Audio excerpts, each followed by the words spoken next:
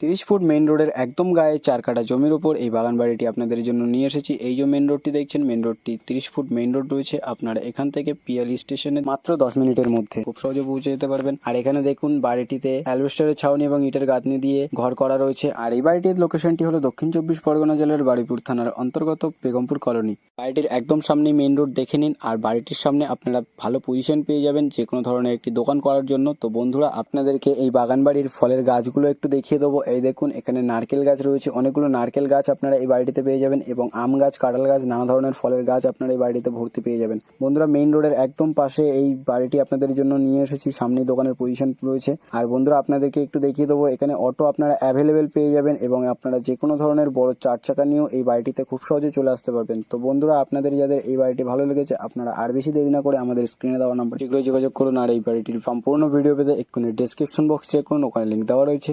ধন্যবাদ।